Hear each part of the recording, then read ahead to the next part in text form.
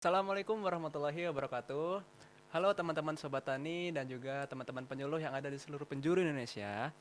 Kembali lagi bersama kita yaitu di Peta Tani, podcast seputar pertanian. Yang mana di podcast ini kita tidak hanya membahas tentang pertanian secara umum saja nih, mulai dari mungkin kayak pupuk, tanaman, dan lain-lain. Tetapi kita juga membahas nih tentang inovasi, tren terkini, dan juga teknologi yang ada di lingkungan pertanian juga yang sedang lagi booming pada saat ini. Dan juga kita juga memberikan penyelesaian dari masalah di dunia pertanian yang sedang hangat dibicarakan pada saat ini juga. Nah, pada episode atau sesi kali ini kita akan membahas mengenai media penyuluhan. Nah, kenapa nih kita mengangkat media penyuluhan? Karena mungkin dari sobat tani sekalian yang ada di penjuru Indonesia dan juga teman-teman penyuluh itu sering terkendala di pemilihan media penyuluhan yang efektif dan juga baik dan benar sehingga informasi yang diberikan itu bisa tersampaikan kepada petani. Nah, salah satunya yaitu permasalahan saat ini itu di media penyuluhan. Nah, sudah hadir bersama kita di sini itu narasumber yang sangat luar biasa yaitu Dr. Bapak Arif Prastianto SPMP. Selamat sore Bapak. Selamat sore Billy, apa kabar? Alhamdulillah baik Assalamualaikum Sobat Bapak. Tani dan Sobat Penyuluh. Mudah-mudahan semuanya sehat ya. Nah, teman-teman tahu nggak nih, Bapak Arif ini juga salah satu dosen media penyuluhan di Polbangtan Bogor, yang mana mungkin Bapak bisa membantu nih Ya, teman-teman Sobat Tani atau rekan-rekan penyuluh untuk menjawab permasalahan terutama bagaimana sih memilih media penyuluhan yang efektif dan juga efisien serta baik dan benar ketika memberikan materi penyuluhan gitu Pak. oke. Nanti Nah, kita mungkin bahas lebih lanjut ya. wah siap Pak, aduh Ya, ini jadi semangat nih teman-teman nih buat ngebahas permasalahan yang sedang booming atau yang jadi secara umum lah ya di dunia penyuluhan gitu. iya, Pertama-tama nih yang ingin saya tanyakan nih Pak, ini udah iya. banyak banget Mm. pertanyaan nih dari saya untuk Bapak nih. Waduh, udah Aduh. nyelengin ini ya. Iya. Aduh, ya, Mungkin yang pertama itu saya penasaran nih dari latar belakang pendidikan Bapak Arif nih. Mungkin teman-teman juga penasaran ya dan juga ingin tahu nih latar belakang pendidikan dari Bapak Arif. Mungkin bisa ceritakan sedikit gitu, Pak. Ya baik, Mas Billy gitu ya, karena Ya, saya orang boleh, Jawa Pak. jadi manggilnya Mas Billy biar kita tambah akrab. Sama, Pak. Jadi, Saya juga dari Jawa. oh ya siap. Jadi eh latar belakang pendidikan jadi S1 saya waktu itu di Solo, tepatnya di Universitas 11 Maret Surakarta, mengambil program studi penyuluhan dan komunikasi pertanian. Ya, masuk jurusan sosial ekonomi pertanian di Fakultas Pertanian Universitas 11 Maret Surakarta. Itu lulus tahun 2001. Wah, Wah, udah lahir belum 2001. itu? Wah, saya lagi direncanakan kayak. Direncanakan. Lagi Lahir tahun direncanakan. berapa? Saya kelahiran tahun 2004, Pak. Aduh, berarti 3 Aduh. tahun setelah 3 itu tahun kamu setelah baru itu lahir. saya baru lahir gitu. Bapak udah selesai S1-nya. Aduh, Sedangkan sekarang kamu baru D4, ada baru S1 D4, Pak. ya. Ini S1 Jauh banget itu. Bapak 2001 lulus. Mm-mm. Kemudian tahun 2009 kan Bapak diterima di Kementerian Pertanian, alhamdulillah ditempatkan di Polbangtan Bogor dan membantu di tenaga pendidik terutama di prodi penyuluhan pertanian berkelanjutan. Tahun 2016 alhamdulillah berkesempatan mendapatkan beasiswa nih dari Kementerian Pertanian untuk kuliah di Universitas Pajajaran Bandung, masuk Universitas di Pajajaran Bandung. Fakultas Pertanian dan program ekonomi pertanian, tapi di situ Bapak mengambil konsentrasi sosiologi pedesaan dan penyuluhan pertanian. Itu lulus tahun Luar biasa. 2018, masuk Wah. 2016, lulus tahun 2018. Setelah kembali lagi mengabdi di Polbangtan Bogor, alhamdulillah dapat kesempatan untuk mengikuti seleksi lagi beasiswa pendidikan dari Kementerian Pertanian. Alhamdulillah lolos dan diterima juga di Unpad lagi, Universitas Unpad Pajajaran. lagi, Pak. Iya di Buat kayaknya jatuh cinta ke Unpad, iya Pak. iya Ini kata mau pindah kayaknya dari itu Unpad ya. karena passion Bapak juga penyuluhan, Oh. ngambil lagi di konsentrasi sosiologi dan penyuluhan pertanian di Fakultas Pertanian, program studi ilmu pertanian S3. Alhamdulillah beasiswa Bapak kuliah mulai Maret 2021. Maret Alhamdulillah kemarin 2021. tanggal 14 Agustus sudah sidang promosi dokter dan dinyatakan lulus. Wah, ini selamat Alhamdulillah nih buat jadi Pak Arif tahun nih. ini berarti 2021 masuk 2024 lulus. Nah, itu pendidikan saya, jadi alhamdulillah Kementerian Pertanian melalui Polbangtan Bogor memberikan kesempatan saya untuk meningkatkan kompetensi saya, terutama passion saya di dunia penyuluhan. Alhamdulillah sudah Alhamdulillah. terlaksana sampai S3 ini. Itu Mas Billy, Masya Allah. pengalaman pendidikan Iya. Bapak. Sebelumnya nih saya mau ngucapin selamat ya Oh ya, kepada Pak Arif sudah ya, mendapatkan gelar doktornya di tahun iya, 2024 nih ya, teman-teman ya. ya, Sobat tani sekalian juga teman-teman penyuluh tuh luar biasa sekali sih ya. menurut saya itu. Terima kasih Billy ya. Nah, sebelum lanjut nih, yang bikin saya penasaran tuh Pak, kenapa Bapak mengambil passion di penyuluhan terutama di sosiologi pedesaan? Iya, di Sedangkan kan sosiologi. di pertanian itu kan luas cakupannya kayak Iya, agribisnis, mungkin ke bidang horti dan iya, lain-lain gitu. iya. Kenapa nih Pak? Iya, kebetulan kan Bapak sebagai tim pengajar dan sebentar lagi insya Allah jadi dosen, dan dosennya di home base Bapak kan di program studi penyuluhan pertanian berkelanjutan. Makanya pendidikan untuk pendidik itu harus linear. Kalau S1-nya penyuluhan, S2 dan S3-nya juga harus Harus penyuluhan penyuluhan berarti ya Pak. untuk meningkatkan kompetensi kita sebagai dosen atau pendidik di bidang penyuluhan. Nah, utamanya karena Bapak harus membantu mengajar di media penyuluhan, landasan penyuluhan, media, metode dan lain sebagainya. Makanya itu alasan Bapak mengambil karena sesuai dengan passion Bapak dan sesuai dengan linearitas pendidikan supaya tetap berkelanjutan antara S1, S2 dan S3 itu. Berarti tetap balance itu tetap sama Iya, itu harus di sama. penyuluhan gitu ya Pak. Betul, betul, betul. Kemudian nih saya juga penasaran dengan pengalaman kerja atau hal-hal yang sudah Bapak lakukan di dalam bidang pertanian terutama penyuluhan nih teman-teman. Mungkin bisa jadi inspirasi atau motivasi bagi kita ya untuk kedepannya terutama teman-teman penyuluh nih. Mungkin inspirasi dari Pak Arif nih bisa diceritakan sedikit-sedikit nih buat teman-teman yang penasaran nih. Iya, jadi sobat tani dan sobat penyuluh, sebelum saya bekerja di Polbangtan Bogor ini, 2 tahun sebelumnya itu saya sebagai penyuluh. Jadi benar-benar tahu tentang kondisi penyuluhan, kemudian bagaimana bersahabat dengan petani, dengan penyuluh yang lain, ya, dengan masyarakat. Ya. Jadi tahun 2007 itu Bapak diangkat sebagai tenaga honorer atau tenaga bantu penyuluh yang diangkat oleh kementerian. Jadi istilahnya THL TBPB. Iya. THL itu tenaga harian lepas, TBPB tenaga bantu penyuluh pertanian. Bapak diangkat itu dengan kontrak per tahunnya 10 bulan. Ya, sampai 2 tahun Bapak 2007 sampai 2009 itu Bapak sebagai THL TBPB di tanah kelahiran Bapak di Di Sragen. Bapak Sragen ya Pak. ya lahir di Sragen. Pertama itu penempatan di Kecamatan Plupuh. Kecamatan Plupuh Sragen itu tempat kelahiran bapak saya. Jadi di situ saya mengabdi, kemudian setahun bapak suruh membantu di Bapelu. Bapelu itu semacam BPP, tapi yang di kabupaten di Bapelu, Badan Penyuluhan ya, di tingkat Kabupaten Sragen. Kemudian ada kesempatan ikut CPNS, ada formasi yang siap ditempatkan di seluruh Indonesia. Ya, jadi waktu itu Bapak mendaftar lah sama teman-teman. Tesnya juga di STPP Magelang atau Polbangtan Magelang. Polbangtan Oh, Jogja, Yoma, Yoma sama yang ya, di Yogyakarta Magelang. Magelang Karena sekarang Jawa Pak. Tengah kan. Iya benar.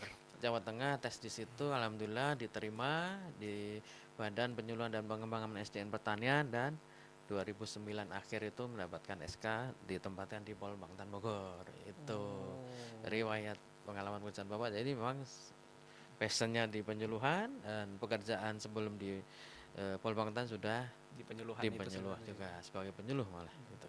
Itu Nih Mas Billy. yang bikin saya penasaran nih sobat tani dan juga teman-teman. Selama 2 tahun di bidang penyuluhan sebagai TLH ya Pak kalau nggak salah THL ya. THL. Oh, THL ya. THL Astagfirullah. bukan THL. THL itu telak. THL. Aduh. Ya. Sebagai THL ya di BPP daerah Solo ya Pak, Sragen, Sragen, Jawa ya, Tengah. Sragen Jawa Tengah. Itu ada kendala atau tantangan yang nggak bisa dilupakan atau yang sulit banget diatasi?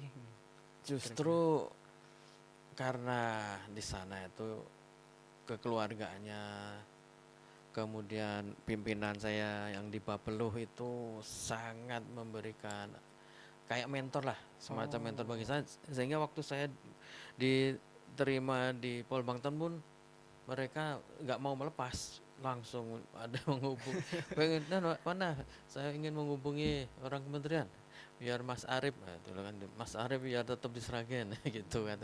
Jadi itu yang berkesan karena memang kekeluargaan, kemudian sangat memberikan apa ya, waktu untuk berekspresi buat kita-kita yang masih muda, kemudian itulah semacam memberikan bimbingan, kemudian jadi mentor yang baik lah atasan-atasan kami. Jadi itu yang tidak bisa dilupakan.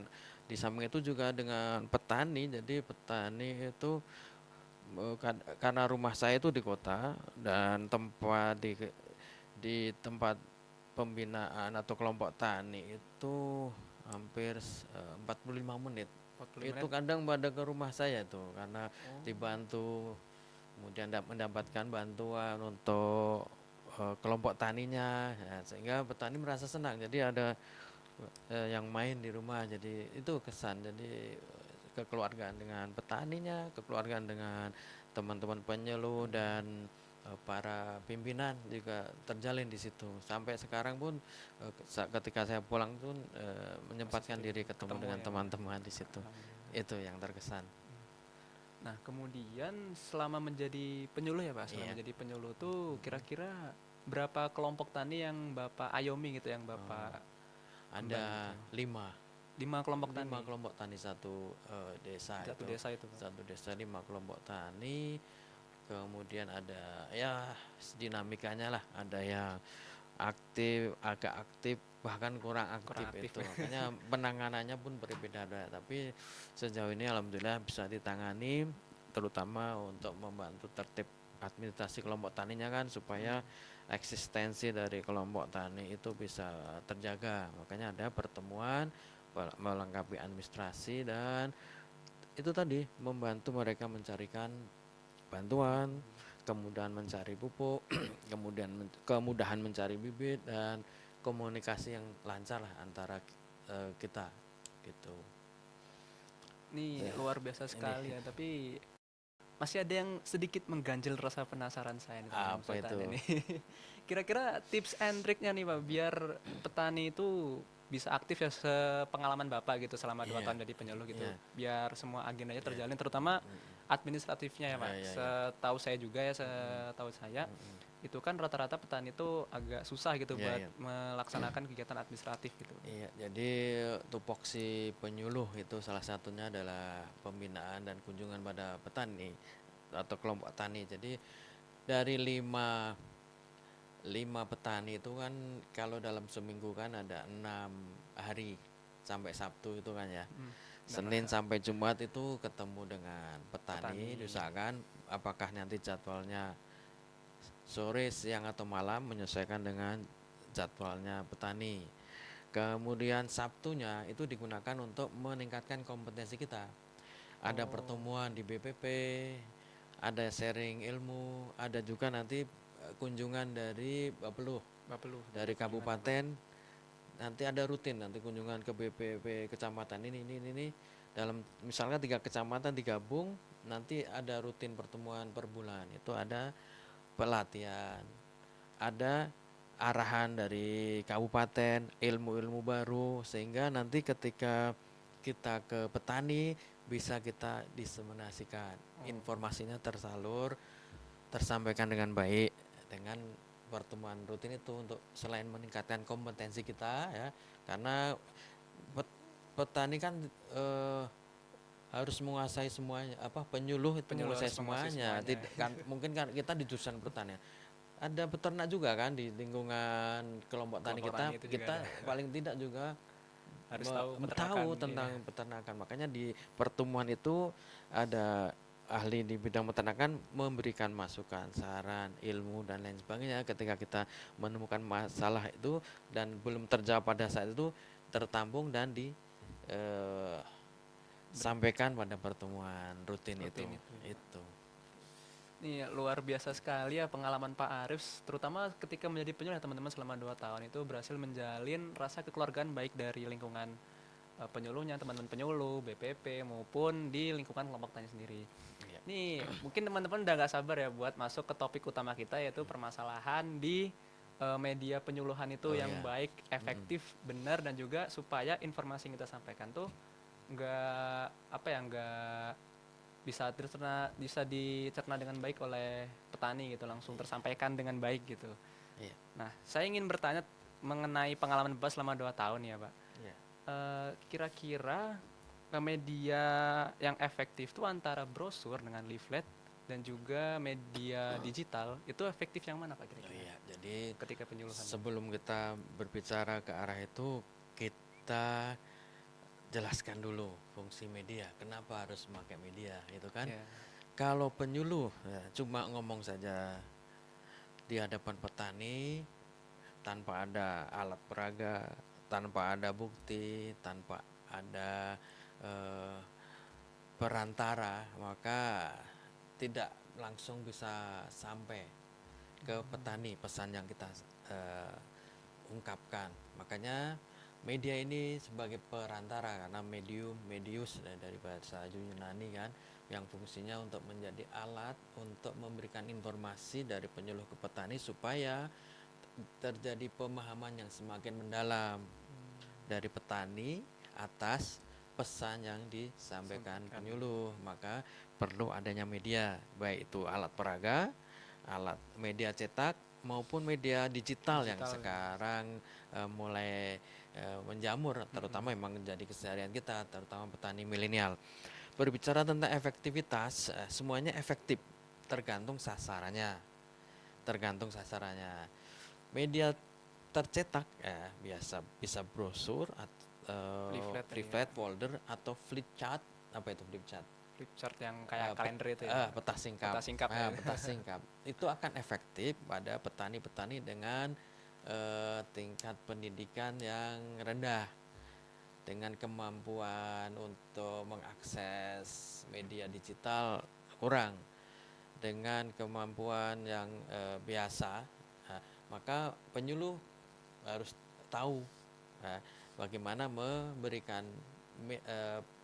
materi penyuluhan itu dengan media yang tepat. Itu tadi misalnya peta singkap, kita jelaskan dengan poin-poin yang kita tulis di peta singkap, improvisasi kita untuk memberikan penjelasan bisa mengena atau sampai kepada sasaran. Sasaran Nah, petaninya ya. kalau media digital, nah itu kalau petaninya petani milenial atau petani yang melek digital, Digital. yang melek internet, yang bisa menguasai TIK, maka itu bisa langsung diterima karena bisa mengoperasikan internet, apalagi di HP, kemudian punya media sosial yang bisa kita masuki, kita berikan pesan-pesan penyuluhan, pesan-pesan informasi dari pemerintah atau khususnya dari Kementerian Pertanian supaya pesan itu sampai ke petani, terutama yang melek digital. Seperti Terutama itu, efektivitasnya seperti itu. Sama-sama efektif tergantung sasaran sasarannya ya, kita, Pak ya. latar belakang mereka. Tapi mungkin nggak sih Pak buat yang Bapak bahas tadi ya, tergantung berarti ya, terutama yang udah di angka 40 sampai 50 tahun, ya rata-rata petani kan di angka 40 sampai 50 tahun itu Pak. Iya. Untuk mengakses informasi melalui media digital. Ya, Itu apakah mungkin Pak? mungkin saja, mungkin saja. Jadi mereka kan kadang-kadang bukan kadang-kadang WA punya kan. Iya, benar. WA jadi penyuluh membuat WA group. Bikin video sederhana, bikin infografis, masukkan pesan itu di WA group. Grup itu ya. Ya, supaya nggak hilang di pin, supaya ada di atas untuk berapa hari, supaya bisa dibuka terus oleh penyuluh. Apalagi itu sesuai keinginan penyuluh. Biasanya kan di forum WAG itu kan ada yang tanya jawab, bertanya tentang permasalahan usaha taninya, permasalahan eh, ada hama penyakit yang perlu segera diatasi. Nah, itu penyuluh mungkin tidak bisa langsung mendatangi door to door, bikin video, bikin vlog pengalaman dia langsung, misalkan direkam, didokumentasikan, diedit dengan penjelasan dan mungkin ada subtitlenya kan, Iya, benar. ada tulisan penjelasnya, ada deskripsi atau narasinya berupa tulisan, akan lebih memudahkan petani untuk menerima pesan itu di media itu kan termasuk media digital juga. Nah, itu mungkin yang lebih efektif Efektif ini. karena setiap petani itu rata-rata sudah punya handphone dan Gadget. punya WA, WhatsApp Pro udah punya WhatsApp semuanya, Pak. itu. Seperti itu Mas Billy. Oke, kemudian dari geografisnya ya, Pak. Ya, Antara pedesaan dengan perkotaan. ya, ya, ya. Itu lebih efektif yang mana dari segi media yang digunakan tuh di Ya, desa tuh ya, lebih efektif apa, nanti di kota lebih efektif apa ya. itu buat penyuluhan. Itu tadi pendidikan masyarakat desa dan kota berbeda. Latar Oh, belakang pendidikan beda. Latar belakang eh, kerja atau mata pencaharian bahkan mungkin sampingan juga beda. Berbeda juga permasalahannya. Nah, efektivitas media yang kita gunakan ya sesuai dengan tadi latar belakang mereka bahkan juga karakteristik mereka. Di pedesaan kalau memang mereka bisa menguasai digital, provider ada, sinyal bisa masuk dan tidak terhalang, boleh menggunakan media digital. Kalau di perkotaan mungkin juga lengkap kan, sarana dan prasarannya, providernya ada. Itu media digital bagus ya. Tapi juga kadang meskipun di perkotaan, tapi kan ada juga yang eh, ketika ada pertemuan jauh dari sumber listrik, yang biasanya kita bisa pakai proyektor, PowerPoint, kita pakai tadi yang lebih efektif, pakai peta singkap tadi, flip chart tadi, ada berapa lembar, penjelasan-penjelasan, alur-alur tentang pembuatan, tentang tutorial kita membuat misalnya POC, milih benih yang bagus. Kalau kita kesulitan mencari benih padi di toko pertanian, kita bisa bikin. Itu nanti selain ada peta singkapnya, ada juga alat peraganya. alat Seperti itu. peraga langsungnya ya, Iya Pak, langsung kan modelnya ada gitu. telur, ada air yang sudah ada garamnya, kemudian benih yang mau kita seleksi seperti itu, Mas Billy. Berarti lebih kayak demonstrasi langsung gitu ya, Pak. Iya, demonstrasi langsung. Karena mereka akan lebih percaya, apalagi ada partisipasi mereka. Mereka ada yang membantu memegang baskomnya atau membantu mengaduk dan lain Aduh. sebagainya. Mereka ikut berpartisipasi. Jadi Seperti itu. gitu ya teman-teman buat media penyuluhan tuh yang antara efektif mana antara brosur dan leaflet dengan media digital itu tergantung dari latar belakang pendidikan di tempat masing-masing apa ya. Ya. Dan juga media penyuluhan itu sebagai perantara kita untuk memperjelas materi yang diberikan. Kalau semisal nggak ada media nih Pak, kita cuma asal ngomong tuh gimana kira-kira Pak? Eh, Kalau kayak gitu mereka menangkapnya cuma sebagian, bahkan kurang dari Oh, 50% atau 60%, tapi setelah 3 hari mereka lupa udah kan, lupa udah lagi ya pernah Pak. dapat mata kuliah dari bapak kan, Udah. bagaimana kalau cuma mendengar itu cuma 3 hari udah lupa ya. Itu bisa mengingat dengan jelas itu ketika kita mengkolaborasikan antara audio visual, nah, sama alat peraga yang kita gunakan media tadi, seperti itu. Nah ini buat teman-teman ya tetap diingat ya kalau misalnya masih mau ngasih materi penyuluhan atau memberikan materi ke petani jangan lupa bawa medianya mau itu brosur, leaflet, peta singkap ataupun PowerPoint, PowerPoint juga iya bisa daripada PowerPoint, kita hanya ya. diskusi aja Nah, itu ngobrol tanpa ya, ada peraga ya Pak justru ya. dengan yang PowerPoint itu bisa lengkap loh gitu.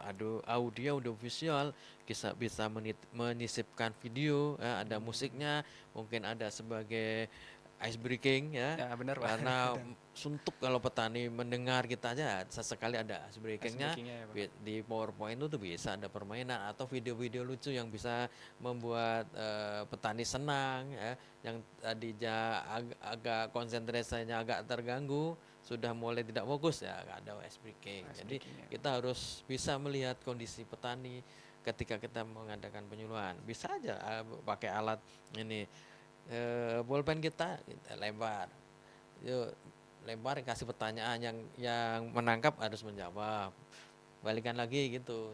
Alat sederhana pun bisa kita buat untuk ice breaking, dilempar ke petani mana tadi, kita tanyain yang kita sampaikan. Jelasin tadi Kalau apa perlu ya. kita bawa hadiah lah, permen, hadiah apalah gitu. Itu buat menggugah Wah semangat iya, petani ya Pak bukan ya. ice breaking untuk ya variasi penyampaian kita supaya tidak monoton. Oke, jadi teman-teman kalau misal brosur sama leaflet dan juga peta singkap masih kurang, bisa pakai PowerPoint ya itu udah all in one itu, audio ada, teks ada, video ada ya Pak ya. Iya. Kita next ke pertanyaan selanjutnya nih yang buat saya penasaran juga. Iya, apa itu? Tantangan utama nih Pak dalam Mm, menyebarkan informasi terutama dari medsos ya. mm, Mungkin seperti IG, Facebook, Twitter gitu, bahkan mm. Twitter lagi banyak banget informasi bertebaran gitu ya Pak. Di kalangan anak muda dan juga petani mungkin udah pada tahu beberapa. Itu tantangannya apa? Terutama di daerah pedesaan gitu Ya, Pak. di daerah ya seperti yang Bapak sebutkan tadi, karena topografinya tinggi atau sinyal itu nggak bisa masuk, kalau pakai media digital kesulitan kita, apalagi Hmm, provider juga belum ada. Jadi ketika mau mengakses internet aja harus naik gunung atau naik pohon, itu kan kasihan. gak mungkin Nggak petani juga naik mungkin, jadi gunung tantangan Pak. itu, tantangan kan, makanya ya Bener Pak. memang harus sudah mulai ada pemerataan provider atau jaringan supaya semua petani bisa akses internet untuk inovasi teknologi, mengadopsi penemuan yang baru tentang usaha tani dan lain sebagainya. Maka provider atau jaringan internet di setiap wilayah itu memang harus ada dan merata.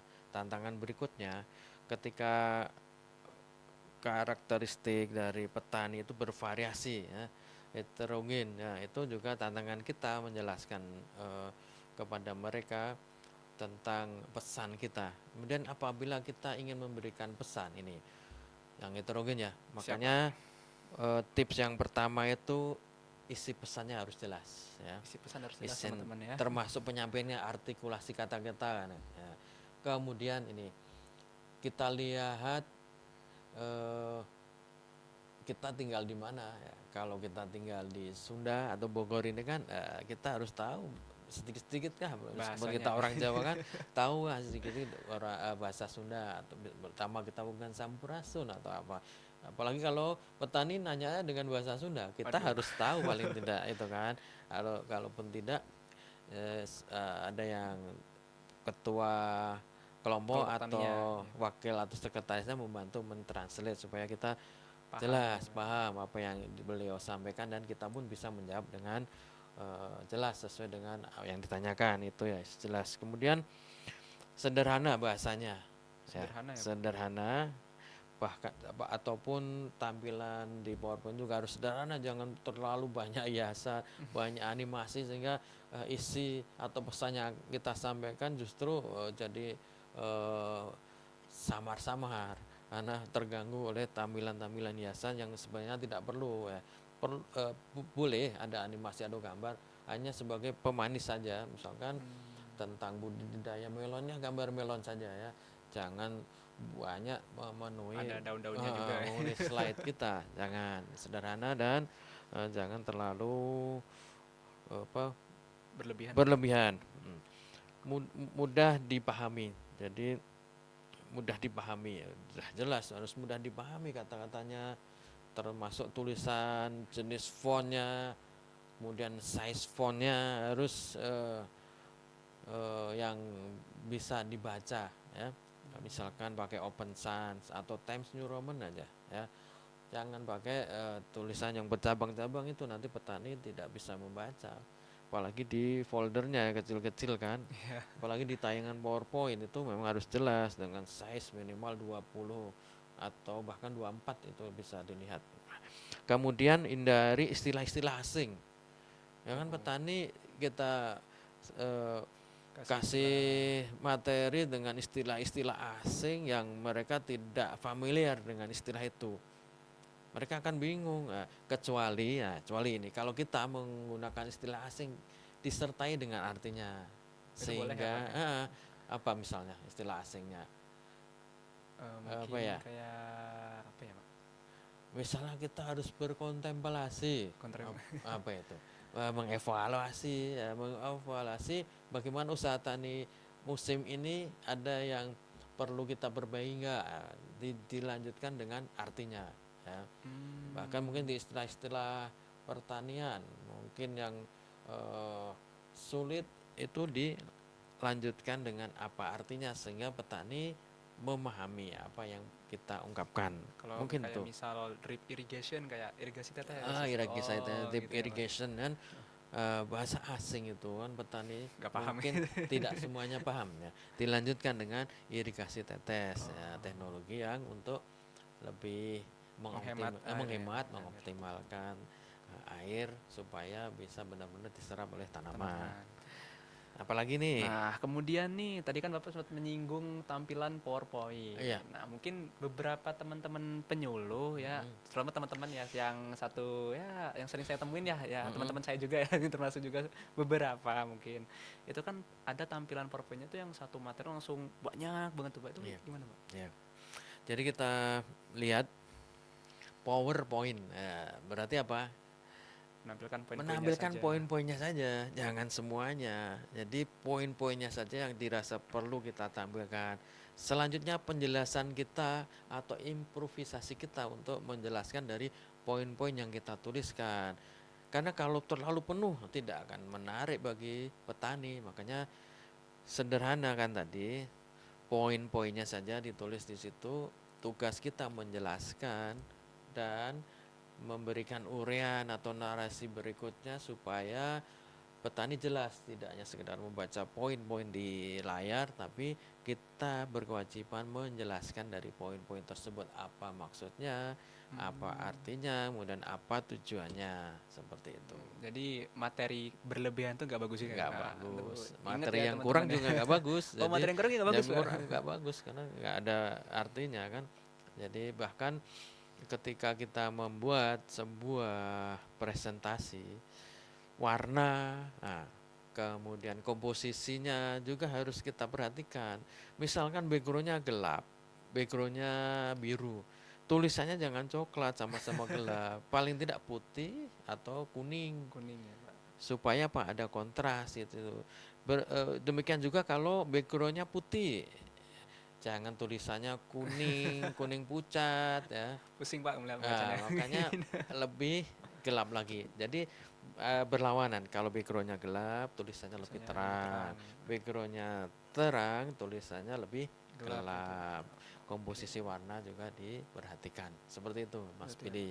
Kemudian nih, Pak, masih tentang PowerPoint ya, Oh Pak, iya ya, biar teman-teman tuh lebih jelas dan juga nggak Heeh, penasaran gitu. iya. Buat maksimal baris slide buat teks dan juga Hmm, animasi atau gambar-gambar yang hmm. kira-kira nggak berlebihan tuh gimana sih, Pak? Iya. Jadi diperhatikan dulu. Untuk slide ini kita membahas apa? Oh, Kalau hanya sebagai pendahuluan, latar belakang, misalkan ada 3 alinea. tiga Nah, alinea. 3 alinea, misalkan 3 alinea. 3 alinea itu kita wakili dengan 3 ikon saja. Kita di atas itu ikon, 3 ikon. Di bawah dikasih tulisan. Nah, itu kan lebih menarik lagi. Oh, benar Sana banget. latar belakang masalah eh, pendidikan petani yang masih rendah. Nah, di sini ikon bisa ikon sekolah, Sekolah. ikon pensil atau apa. Kemudian ini ada dijelaskan sedikit poin pendidikan petani rendah. Nah, kemudian ikon kedua misalkan eh, rendahnya partisipasi milenial. Milenial. Nah, Oke. ada tuh apa Gambar orang ikon mungkin ya. ikon orang Gambar orang atau ya. anak laki-laki, anak muda lah. Kemudian rendahnya partisipasi milenial. Itu aja poinnya. Dari Oh, latar belakang yang 3 alinea, alinea ketiga peran pemerintah misalkan. pemerintah. Nah, ada logo Bangunan. bangunan atau semacam kayak eh, PNS atau apalah Oh ya, pemerintah benar. mewakili Iya, pemerintah ikon ya. Kemudian dijelaskan kurangnya apa peran pemerintah. Nah, itu poin-poinnya aja dari 3 alinea jadi 3 ikon dengan 3 poin kemudian kita yang menjelaskan secara menjelaskan rincinya ya, Pak secara ya. rinci kan, karena Oh, poin-poin saja tapi ikon-ikon tadi kan menggambarkan menggambarkan. latar belakang untuk 3 permasalahan itu seperti itu.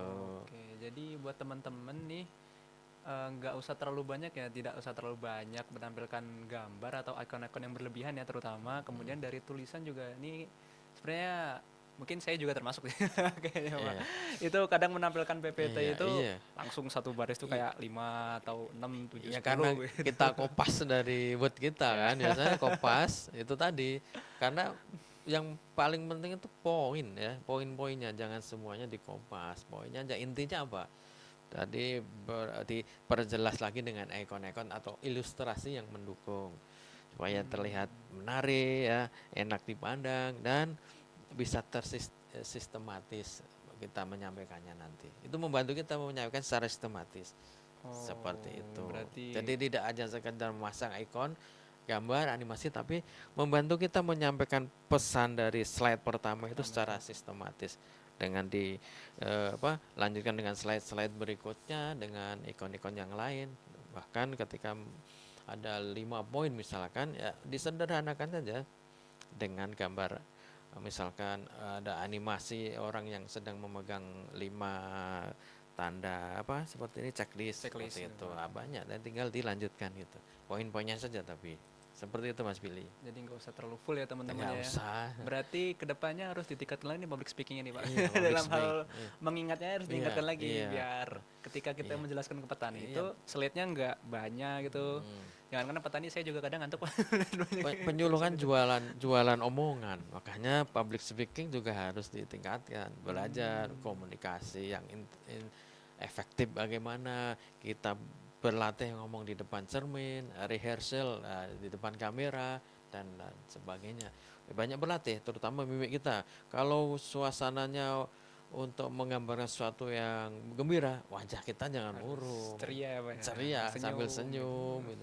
Kalau suasana sedih, kita jangan senyum-senyum ya, ikut terbawa suasana itu supaya pesan yang kita sampaikan juga dirasakan oleh audiens Audiens, kita. petani, terutama petani ya Pak ya. Iya, petani kita. Seperti itu Mas Billy. Oke, kita next lagi ke pertanyaan selanjutnya nih masih Iya. ya lumayan lah guys Iya, buat aduh. pertanyaannya ya. Banyak ya? Iya lumayan Iya, Pak. iya, Soalnya iya. saya penasaran banget, mungkin teman-teman juga penasaran ya terkait dengan media penjuluhan ya. Iya. Kita lanjut aja nih. Heeh. Kemudian ada lagi pertanyaan nih Pak, bagaimana cara memastikan informasi yang disampaikan media online itu mudah dipahami petani dengan berbagai latar belakang yang Ya. Bapak sampaikan tadi? Sebenarnya sudah tadi Mas, sudah saya jawab.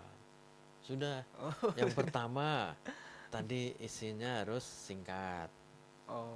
mudah dipahami, kemudian sederhana, gunakan istilah-istilah yang dipahami petani, jangan sampai menggunakan istilah asing tapi tidak disertai dengan artinya. Artinya. Itu sama aja dengan Sama ya, penjelasan Pak. tadi. Jadi itu tipsnya. Baik dari media cetak maupun media Iya, online sama iya, ya Pak? sama. Mungkin ketika membagikan suatu informasi ke WhatsApp, apakah perlu disaring lagi, maksudnya diedit lagi itu, misal dari info kementerian itu kan lumayan panjang itu bahkan Iya, tulisannya itu. Apakah perlu seperti tadi Pak atau cukup? Ada dua cara. Ada dua cara. Karena informasi yang dari kementerian misalkan takutnya kalau kita edit salah persepsi, sampaikan seutuhnya. Oh, Kemudian pasti ada feedback Feedback dari dari- anggota WAG untuk Oh. menanyakan isi ini kurang jelas ini, baru tugas kita menjelaskan. Jangan mengedit tapi salah edit, menjadi misinformasi. Biarkan informasi itu tetap utuh aja, tapi nanti tugas kita ketika ada feedback, ada pertanyaan dari petani, tugas kita menjawab dan menjelaskan. Ini kalau Kalaupun mau membuat ringkasan, ringkasan yang bisa mewakili dari isi pesan dari pemerintah itu, jangan sampai salah tafsir. Ya, Oke, tapi kalau kira-kira semisal feedback gitu, tapi dalam pertemuan langsung ya Pak ya? iya, pertemuan langsung. Pertemuan langsung itu dari media yang kita bagikan itu Iya. atau informasi yang kita bagikan. Mm-mm. Cuman kita masih belum terlalu memahami itu materi, Iya. terutama kan semisal kayak saya Pak ya yang Iya. terutama dari background pertanian gitu. Iya. Kita membagikan ternyata petani butuhnya tuh peternakan gitu, kayak iya. misal sapinya sakit atau Iya. apa, itu gimana Pak? Ya, jadi kita harus terlihat menguasai di depan petani, Petani. tapi dengan trik ya. Wah, triknya gimana Pak? Penasaran Ketika saya. ada pertanyaan, wah pertanyaan Bapak bagus sekali. Nih Bapak, saya tulis ya. Nanti saya tanyakan pada teman saya yang ahli. Setelah saya tanyakan, nanti saya sampaikan ke Bapak. Pasti insya Allah ada jawabannya ya. Karena sementara ini informasi tentang itu, Pak, saya masih begitu masih kurang mendapatkan jawaban yang tepat. Takutnya nanti jawaban saya salah, nanti akan saya tanyakan kepada teman saya yang ahli, terutama di peternakan, apalagi beliau itu praktisi juga di bidang peternakan gitu. Jadi ada jawaban tetap ditampung, tapi nanti dijawab, Dijawab diberikan kembali. solusi setelah pertemuan berikutnya atau nanti di Japri atau di WAG, karena kan kita punya pertemuan bulanan. Ada Oh, pertemuan bulanan penyuluh atau pekanan ketika tiap Sabtu ketemu di kantor, ketemu dengan penyuluh, sharing informasi tadi. iya. Informasi atau pertanyaan dari petani yang belum bisa kita jawab, ditampung aja, jangan saya nggak bisa nih, jangan. Nanti Kesannya kayak gimana ya? petani akan apa gimana ya, merasa ilfil dengan kita, nggak percaya dengan kita. Kalau iya pertanyaan bagus, nanti saya tampung, akan saya tanyakan kepada yang lebih ahli Lebih gitu. ahli di bidangnya ya Pak ya. Tetap Oke. dijawab kan, nanti ada solusi juga. Seperti itu Jadi Mas Billy. teman-teman ketika petani nanya yang bukan bidang kita ya, terutama mungkin ada yang teman-teman backgroundnya dari peternakan, pertanian atau hortikultura, terus misal petani nanyanya beda, itu jangan dijawab, wah Pak saya nggak bisa nih, saya nggak tahu apa-apa. Tapi jangan ya, tapi kita tampung, kita tanya ke yang lebih ahli atau kita cari jawaban melalui artikel-artikel terpercaya Pak ya, Iya boleh untuk boleh. menjawab pertanyaan dari petani di pertemuan berikutnya atau lewat Japri tadi ya, Iya. memanfaatkan media online ya Pak Iya, ya. waktu saya jadi penyuluh kan ada eh, himbauan dari pemerintah atau atasan kami itu kita harus polivalen. Polivalen. Polivalen itu bisa menguasai semua ilmu, semua bidang, terutama yang menjadi kebutuhan dari petani Petani atau itu kelompok sendiri. tani kita. Makanya ada pelatihan-pelatihan, ikut meningkatkan kompetensi kita, sering membaca terutama informasi-informasi pertanian atau informasi-informasi yang sesuai dengan latar belakang pekerjaan dari kelompok tani kita Kelompok tani sendiri ya itu. Pak. Iya. Nah ini ada pertanyaan yang lumayan buat saya penasaran kayak tadi juga sih guys. Aduh, penasaran terus ini. Iya penasaran terus Pak, Iya. karena rasa penasaran saya itu tidak bisa terbendung Oh ya iya. teman-teman sobat tani sekalian. Nih ketika di tahun 2019-2021 kan ada pandemi COVID-19 ya Pak ya. Iya, iya. Tentu kegiatan penyuluhan juga terkendala di situ Iya, Pak. terkendala. Yang mana di usia petani kan 40-90 yang mana latar belakang itu menjadi permasalahan Iya. untuk menentukan bagus media cetak atau media online, dan ternyata menurut Pak Arif kan media cetak lebih efektif ke petani yang di umur 40-60 tahun Iya. gitu ya Pak. Iya, iya. Nah tetapi ketika pandemi COVID-19 kan tentu kita tidak bisa bertemu secara langsung Pak Iya. kepada petaninya itu, Iya. gimana mengatasinya Iya, Pak? Misal ada bisa. permasalahan seperti itu, Bisa pakai media cetak juga bisa. gimana tuh Pak? Bisa. Jadi kita cetak, kita berikan, kirim aja ke mereka. Kirim per rumah-rumah gitu Iya, Pak? kirim sesuai yang Oh, mereka inginkan apa. Kemudian ada WA group. WA Ada group. WA group. Bisa media cetaknya kan kita bentuk PDF atau bentuk JPEG, bisa kita kirim ke WA group. Pasti dibaca. Nah, itu kan apa, mengkombinasikan dua dua Dua media. Media media tercetak tapi kita jadikan digital, digital, yang karena kendala pandemi pandemi kemarin. tidak bisa ketemu langsung.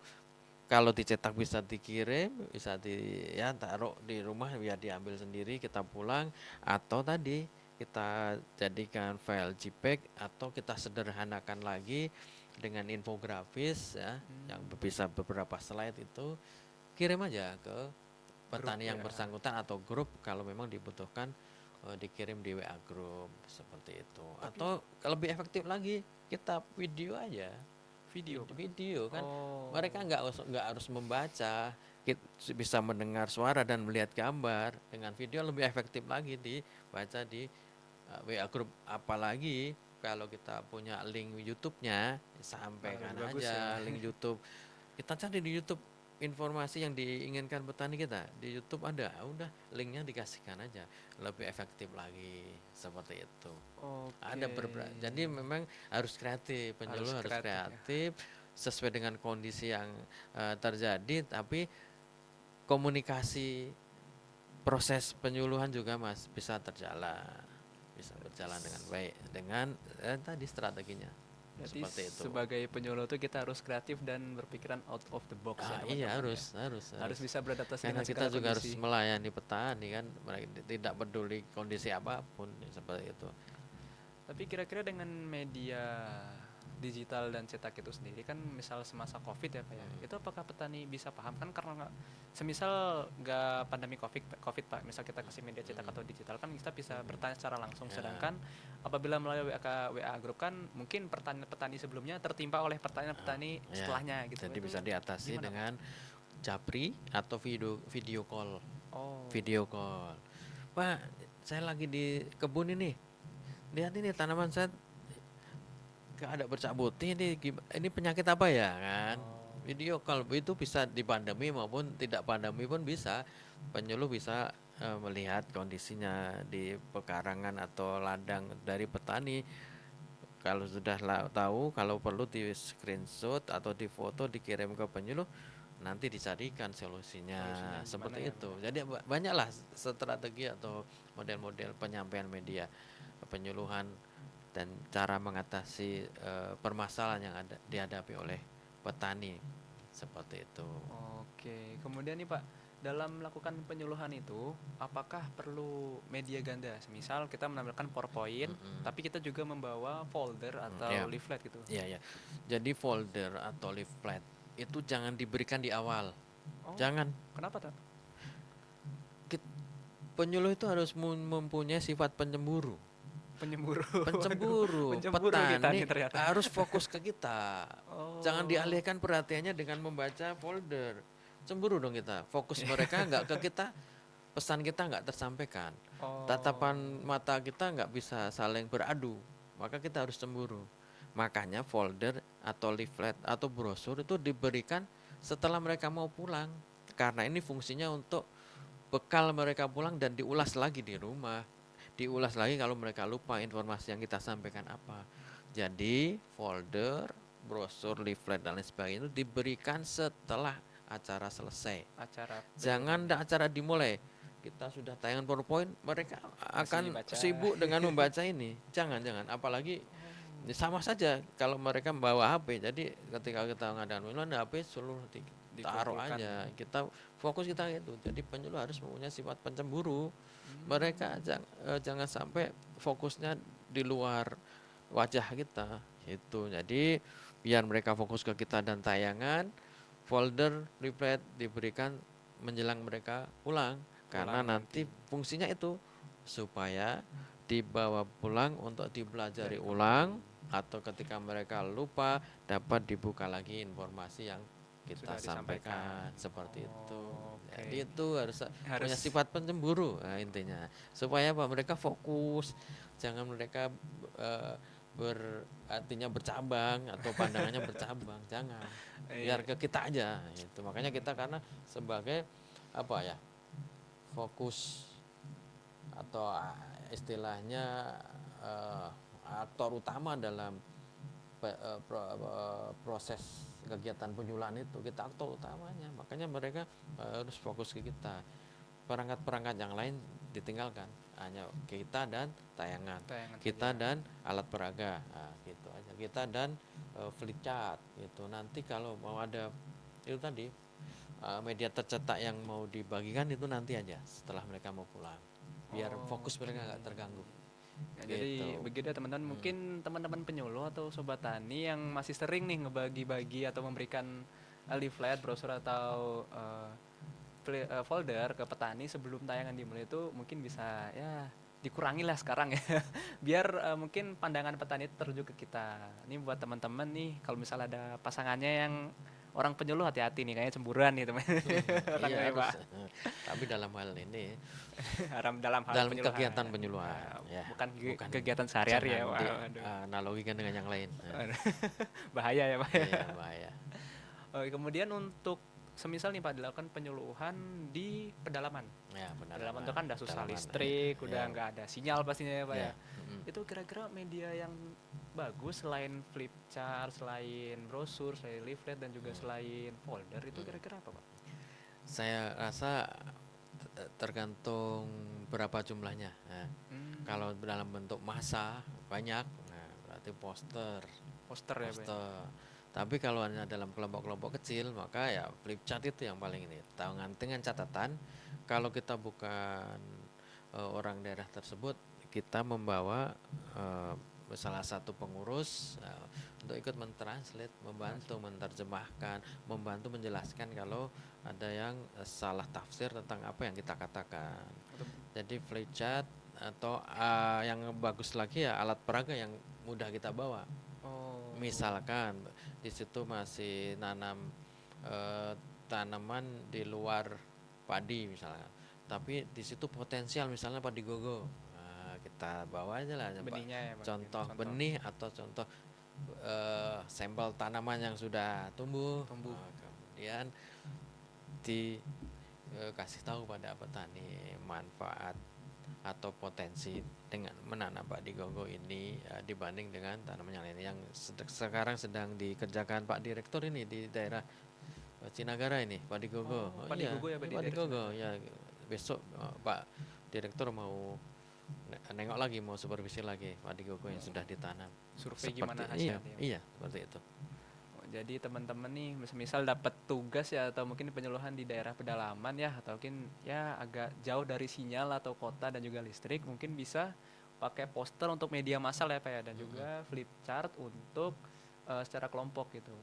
Nah, kemudian nih satu pertanyaan lagi nih Pak. Iya, Bagaimana cara menangani nih Pak perbedaan kebutuhan informasi antara petani muda dan petani yang lebih senior dari segi pendidikan dan juga umurnya nih? iya, iya, iya. Jadi memang kita ya, kalau memang itu beda kelompok berarti bisa kita klasifikasikan. Ya. Kita klasifikasikan. Kalau ternyata kelompok ini didominasi oleh petani milenial, nah itu enak. Nah, kelompok yang sana didominasi petani yang lebih tua, enak lagi cara menyesuaikan media yang kita sampaikan. Tantangan kita kalau dalam satu kelompok Nah itu itu bervariasi ya, bervariasi, maka tetap aja pakai media. tetap pakai media ya Pak? Pakai media, misalkan PowerPoint juga bisa, nanti pasti ada feedback dari yang tua. Pasti kita harus ada effort untuk menjelaskannya, ada Menjelaskan. effort dibanding dengan petani yang masih muda. Yang Tapi itu tantangan dan memang dinamika kita dalam penyuluhan. memberikan penyuluhan ya nggak apa-apa seperti itu, karena memang kita tidak tahu, kan tidak boleh menyamakan secara umum mungkin petani atau sasaran kita memang karakter berbeda ya, penanganannya pun berbeda. Sampaikan saja dulu, kemudian ketika ternyata ada petani yang lebih tua, tugas kita menjelaskan lebih rinci lagi, sesederhana mungkin yang bisa diterima oleh petani yang lebih tua tadi. Seperti itu Mas Billy.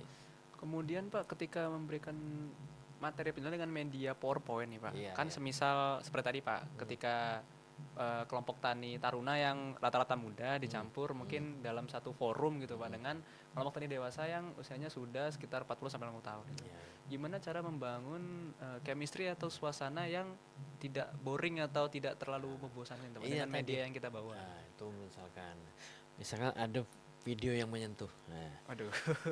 kasih video yang menyentuh tentang bagaimana pentingnya hubungan antara orang tua dan anak muda. Bagaimana sinergisme orang tua dan orang muda. Ada video motivasi di situ. Nah, untuk menyentuh mereka, teman-teman apa petani, ada video menyentuh sebagai ice breaking atau sebagai video tayangan awal supaya fokus mereka ke Ke PowerPoint-nya itu. PowerPoint itu. Itu cari video tayangan atau kisah yang sesuai dengan apa yang kita inginkan supaya tujuan kita tercapai itu. Apalagi sesuai dengan tema pada pertemuan saat itu. Cari video-video yang menarik ya. Kalau tayangan berbentuk tulisan saja mungkin petani bosan, makanya ada sesekali tayangan Sesekali video tayangan video. atau video lucu tapi ada Edukasinya edukasinya, di dalamnya. misalnya ya orang tua dan anak muda saling berkolaborasi, saling bersinergi dengan kisah-kisah lucunya sehingga bisa menumbuhkan rasa kebersamaan gitu. Jadi terbangun suasana ceria, jadi Ceria. nggak bosen ya Pak ya Iya, ya dengerin makanya itu PPT tugas kita gitu seperti PowerPoint. kita mengajar aja kan. Memang ini pendidikan luar sekolah kan, tapi pendidikannya untuk pendidikan orang dewasa seperti itu. Karena ketika ada kisah-kisah yang menyentuh, motivasi atau kisah-kisah yang lucu, mereka pun akan tergerak, akan tergugah, akan termotivasi, bahkan juga terhibur dengan video yang kita tayangkan. Kan tadi ya Pak Seperti ya. itu. Oke. Itu Mas Billy strateginya.